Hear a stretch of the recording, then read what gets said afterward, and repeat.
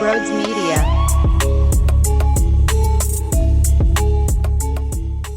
What is going on, everybody? Welcome on into this Football Friday as the Birds get ready to face Jonathan Gannon, the worst human to ever exist, the worst defensive coordinator my eyes have ever seen, the most fraudulent individual on the planet. That's right, and he's going to walk into your building. It better be so damn loud that the Eagles players will complain that it's too damn loud.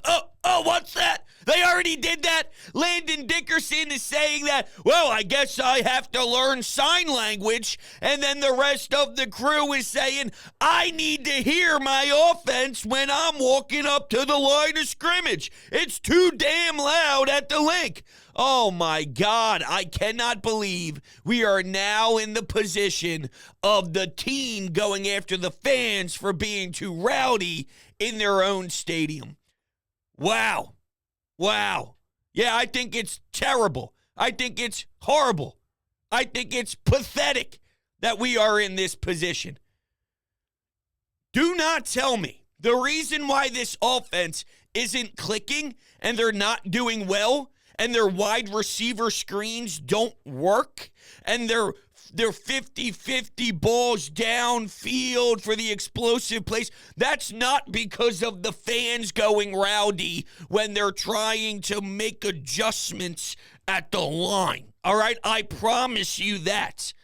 We're at the point now where Brian Johnson is discussing how all of these plays pretty much, and I'll read it to you exactly how it was laid out. Brian Johnson had a media press conference the other day, and he was talking about the RPOs.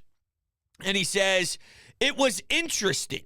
Like sometimes you call some of these RPOs, and based on the defense you get presented, it could be a run. It could be a pass. Very rarely are we in a situation where we're only calling runs or we're only calling passes or we're only calling screens. These plays have a bunch of different options, and they can unfold a bunch of different ways based on what you're getting defensively. And from just the surface, I understand that. You're reading and reacting to the defense. Therefore, you see what they're giving you, and you theoretically take what they're giving you. Fine. Okay. But when your offense isn't doing as well as it should, and when you're not maximizing your position players, and when you're having a difficult time really blossoming and really finding rhythm within your calling, maybe you should implement more simplistic stuff. Maybe you should design things where no matter what, let's scheme somebody, let's get the football to this spot. Let this be an automatic run no matter what. Let's not play any games. Let's commit to the run and wearing you down. I don't know why it needs to be so complicated, and it's just so bang your head against the wall. It's this way, it's this way. Well, that way isn't really working for me, okay? That way's not really doing what I need it to do. Maybe a part of the problem is exactly what Brian Johnson mentioned. It's like there's so much happening here. There's so much into it. There's so much that it's very complicated. This, it's that, it's this, it's that. And then I know some are probably saying, well, it's on the decision-making of the quarterback. If the quarterback made better decisions, then maybe we're not in this predicament. But I don't see it that way, because your job as a coaching staff is to do what's best for your players and put them in a position to succeed. And if right now the offense doesn't really have an identity and there truly isn't a play-by-play flow, and there's nothing that really runs off of one another and it's all over the place, you have to take control. That's your job. Your job is to take control of the offense and make it make sense. Therefore, if it's not working, let's add a wrinkle. Let's remove a wrinkle. Let's get back to simplistic stuff. Let's maybe dial it back a bit where there's not as many options coming off of one play, and let's commit to running the ball down your throat. Let's commit to certain passing plays where the run isn't even an option in the play. I'm just trying to find answers because what they've been doing has clearly made A.J. Brown so angry that he's not even speaking to anybody. Once again, he dips and doesn't speak to the media. Now, maybe that there's something like a Friday news dump where he'll speak to the media on Friday.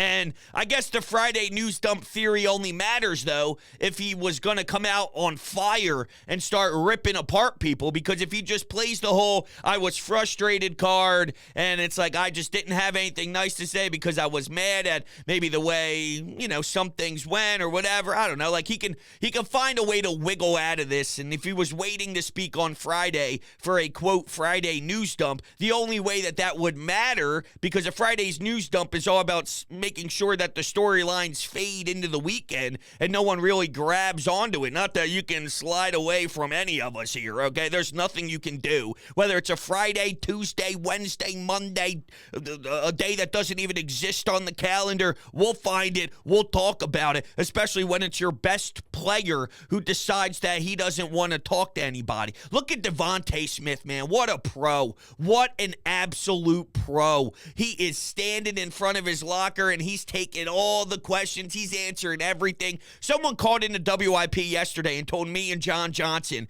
that the media is creating this narrative that A.J. Brown's a monster. No. Because he could do exactly what Devontae Smith is doing. He could do exactly what the rest of his team is doing. You know who decides I'm going to duck questions? Quez Watkins. You know what Quez Watkins is? A loser. And I don't think A.J. Brown is a loser, but I'm saying that this is a character flaw on him, and he's following someone who doesn't have winning pedigree like Quez Watkins in this particular instance.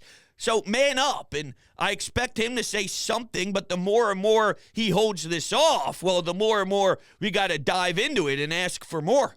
Like why? Why were you so quiet? Why wouldn't you answer these questions after the game? What was it that you said wouldn't be too nice? Like we need the answers, and we'll start attacking it. Okay, so what do you demand this Sunday is a question that I'm going to ask. And for me, it's very simple. The answer is turnovers. Do not turn over the football. I want a clean, crisp game. Well, Brodes, you know that's not going to happen because they don't play that way. Because we're 15 games into the season and it's automatic that they will turn the ball over. That's what the quarterback does. Fair enough, but that's what I demand. And I also demand no stupid penalties. If it's a holding on an offensive lineman working his ass off and he happens to get beat on a particular play, I can live with that stuff, all right? There's some things within the game that it's just going to happen. It's unfortunate, but I can live with. What I can't live with is Jalen Carter not getting off the field where the Giants have a 4th and 6, which then goes to a 4th and 1, and then that keeps the Giants' drive alive. If you do that with Kyler Murray, with McBride, with any of these guys, I don't know, Connor running the football, maybe it ends up backfiring, and you can't turn the ball over and give them an easy touchdown like you gave Saquon Barkley with the nice, easy run. Now, I don't anticipate someone like Zacchaeus running into Boston Scott as soon as the second half begins, but I can't rule anything out because if there's one thing to describe this football team, it's mayhem. It's chaos. You can never, ever, ever, ever think you're safe because when it's the 4 quarters of action for Philadelphia Eagles, anything can happen. And I mean truly anything can happen.